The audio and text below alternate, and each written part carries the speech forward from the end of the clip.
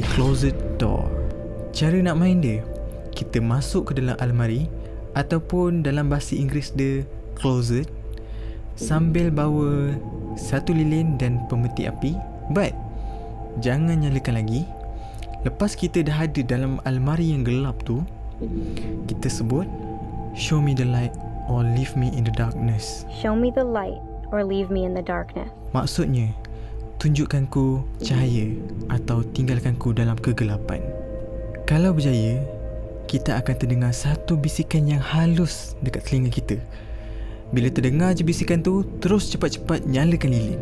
Kalau kita gagal nyalakan lilin dengan secepat yang mungkin, akan ada sesuatu yang tarik kita terus ke dalam kegelapan yang abadi. Show me the light or leave me in darkness.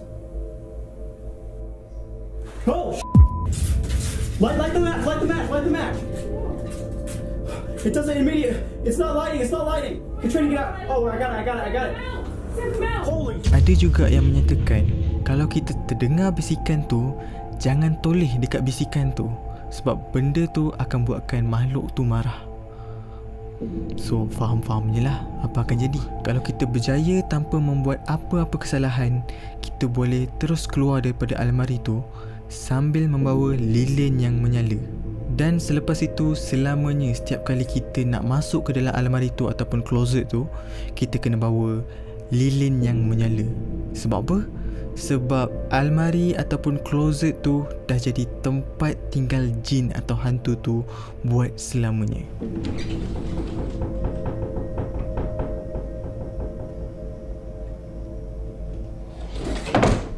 Aku rasa orang yang tak ada akal je yang akan main game ni. Sebab apa? Orang yang tak ada akal je yang akan buat almari dia jadi tempat tinggal hantu ataupun jin. Kalau korang nak ke almari korang jadi tempat tinggal benda tu, setiap kali korang nak pergi, kau kena bawa lilin. Aku tak ada ayat nak bagi untuk orang yang main game ni.